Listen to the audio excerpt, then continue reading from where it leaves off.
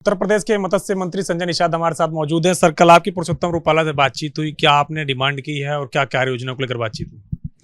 अब पहले तो बधाई देने आया था उन्हें कि मंत्री बनने से पहले उन्हें मिला था उनसे, और सौभाग्य से जिस समाज के लिए मैं संघर्ष कर रहा था, जिस समाज के लिए उनसे मैं मिलता रहता था, और उसी समाज का मंत्री बनाया गया। और ये मंत्रालय 2 साल पहले जब मैं भारतीय जनता पार्टी के साथ आया तो निवेदन किया तो कृषि मंत्रालय से मत्स्य मंत्रालय अलग हुआ, और उसमें ब्लू रेगुलेशन और प्रधानमंत्री मत्स्य संपदा योजना के अंतर्गत पूरे देश में 20,000 करोड़ रुपए उस पर इन्वेस्ट रिलीज हुआ। उसमें ढेर सारी ऐसी योजनाएं से लोग आच्छादित हैं। जो हमारी पुरानी विधियां थी उसको आधुनिकीकरण किया गया, तमाम गरीबों को इससे जोड़ा गया बीमा के नाम पर, और उनके ट्रेनिंग के नाम पर उन्हें सहायता जो 60% दी गई। लेकिन उत्तर प्रदेश में थोड़ा विसंगति थी कि पिछली सरकारों की गलत नीतियों के चलते जो ट्रेडिशनल मछुआरे थे, जो मछुआ समुदाय था, तो ऐसे समुदायों के साथ उन योजनाओं का लाभ नहीं मिल पाया। जब उत्तर प्रदेश मंत्रालय संभालने के बाद सबसे पहले जब बैठक की तो जो उसमें कमियां आई उसे दुरुस्त करने के लिए, क्योंकि मुख्यमंत्री जी ने कहा भाई उत्तर प्रदेश को उत्तम प्रदेश तो बनाया जाएगा, लेकिन उत्तर प्रदेश में जो बाहर से मछलियाँ आती हैं, जो 4-5 दिन लग जाते हैं और उसमें मछली की क्वालिटी बदल जाती है, तो हम लोग ऐसा करें कि उत्तर प्रदेश से खुद हम दूसरे प्रदेश में मछली का व्यापार करें, क्योंकि खाद्यान्न भी होगा। 2 काम होगा इससे, एक तो लोगों को रोजगार मिलेंगे, दूसरा लोगों को भोजन भी मिलेगा। इससे 2 काम, एक काम करने से 2 काम होंगे। ऐसे में जो भी आवश्यकताएं हो करिए। तो उसमें आया कि केंद्र सरकार का जो मत्स्य मंत्रालय है उसकी ढेर सारी योजनाएं हैं, उसमें थोड़ा बहुत हमने परिवर्तन की मांग की कि मछुआ समुदाय के लोगों को भी पूरी हिस्सेदारी मिल सके, क्योंकि उसे वंचित कर दिया गया था। और नई टेक्नोलॉजी के बारे में से जानना था, सलाह दिशा निर्देश लेना था, क्योंकि उत्तर प्रदेश में भी पहली बार नया मंत्रालय बना है।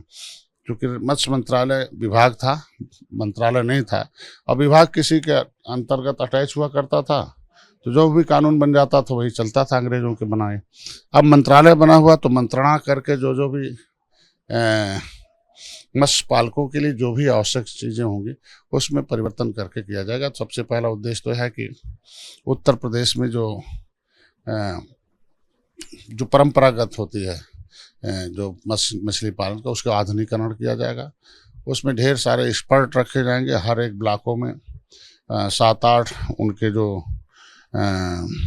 मास्टर ट्रेनर रखे जाएंगे, जिससे उन्हें सहायता करेंगे, उन्हें प्रमोट करेंगे, उसमें मोटिवेट करेंगे। और उनके लिए हम लोग कोशिश कर रहे हैं कि जो फिश पॉइंट है, उनके जो बिक्री के केंद्र हैं उसे सही किया जाए, उनके भंडारण की व्यवस्था की जाए, उनमें महिलाओं को भी जागृत किया जाए, युवाओं को जागृत किया जाए। क्योंकि मछली पालन ये माना जाता है कि लक्ष्मी जो होती हैं, धन लक्ष्मी देवी हमारी हैं, वो कमल पर रहती हैं और कमल पानी में होता है। इसके मतलब लक्ष्मी को हम कमल से पैदा कर सकते हैं। तो ये उनके अंदर प्रेरणा जगाना है, ये मेरा पहला। तो कल उन्होंने आश्वस्त किया है कि जो ज़रूरत है, उत्तर प्रदेश में कोई एजुकेशन प्रणाली नहीं है, मत्स्य की विभाग का कोई यूनिवर्सिटी नहीं है, हमने कहा उसकी एक यूनिवर्सिटी खोला जाए, और कोई अंतर्राष्ट्रीय जो मानक आए हैं किस तरीके से इसमें उत्पादन बढ़ाया जा सकता है उस पर उन्होंने चर्चा की। हर संभव उन्होंने कहा कि हम मदद करेंगे, आप इसमें काम करिए। और जो उन्होंने कहा बदलाव करने के लिए, जो कानून गया हुआ है उसमें SC/ST को है, महिलाओं को है 60%, सामान्य को 40% है, तो उसमें मछुआ समुदाय शब्द जुड़ जाएगा। तो ये जो अंग्रेजों के द्वारा, मुगलों के द्वारा उजाड़े गए लोग हैं, इन्हें भी अवसर मिल जाएगा। उसमें था कि जो पहले मछुआ आवास मिलता था, तो जैसे नदियाँ कटती थी वो उजड़ के दूसरे जगह जाते थे, तो अभी प्रधानमंत्री जो आवास योजना है उसमें सभी को मिलता है। तो रजिस्ट्रेशन जिसका हुआ रहता है तो प्राथमिकता के आधार पर मिलता है। तो हर साल बाढ़ आती है, तो उसमें चाहते हैं कि प्राथमिकता उसमें कुछ हिस्से, कुछ उसमें रिजर्वेशन हो जाए कि जो उजड़े हुए नदियों से उन्हें बसाया जाए। आप चूंकि मंत्री बनने के बाद पहली बार दिल्ली आए हैं, तो और किन नेताओं से मुलाकात करेंगे, क्या मुद्दे रहेंगे?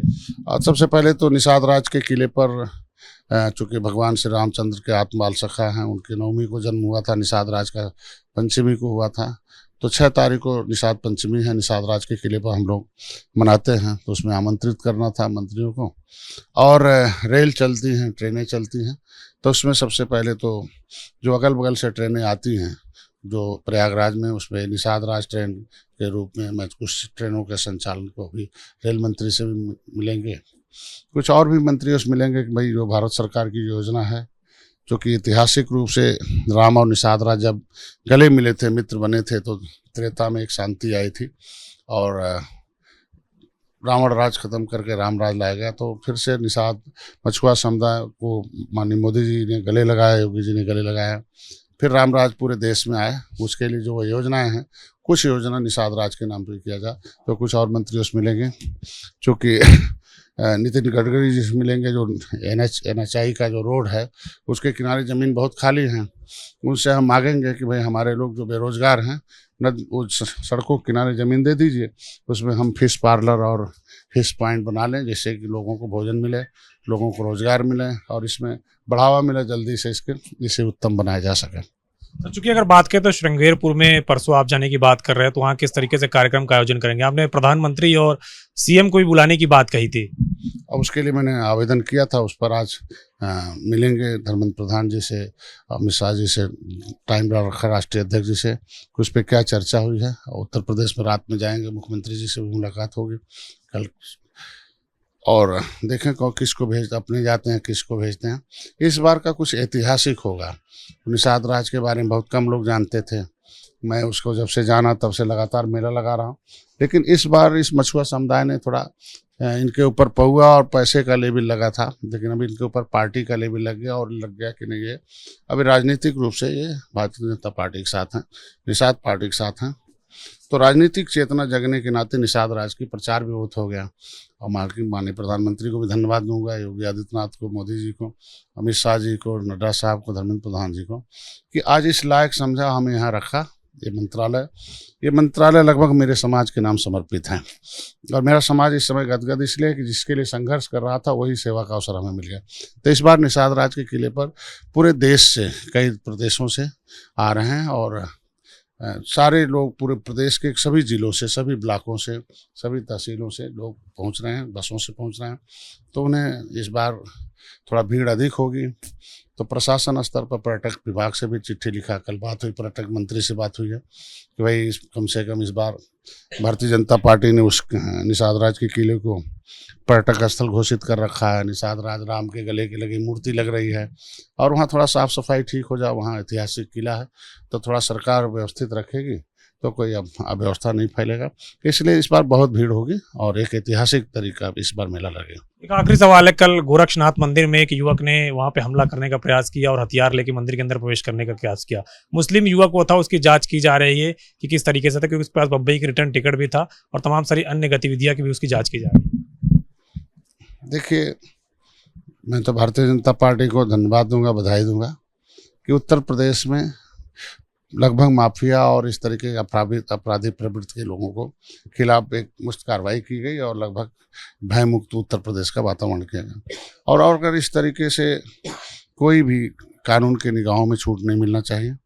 और कुछ ऐसे लोग हैं जो ट्रेडिशनल वोट बैंक पर चल रहे थे, जो समाजवादी पार्टी जैसे हैं, बसपा ऐसे है, कांग्रेस ऐसी थी, तो आज के दिन में वहाँ भारतीय जनता पार्टी की ऐतिहासिक जीत से इन बौखलाए लोगों का एक परिणाम है। इस तरीके का हमला होना निंदनीय है, मैं उसकी घोर निंदा करता हूँ। शुक्रिया से बातचीत करने के लिए मत्स्य मंत्री संजय निषाद, जिनका कहना है कि कल मंत्रालय के तमाम सारे मुद्दों को लेकर के केंद्रीय मंत्री पुरुषोत्तम रूपाला से बातचीत हुई, जहां पे आगे किस तरीके से मत्स्य उत्पादन को बढ़ावा दिया जाए, इसको लेकर के मंथन हुआ।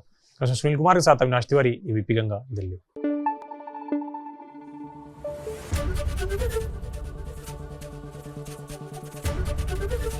ABP गंगा, खबर आपकी, जुबान आपकी।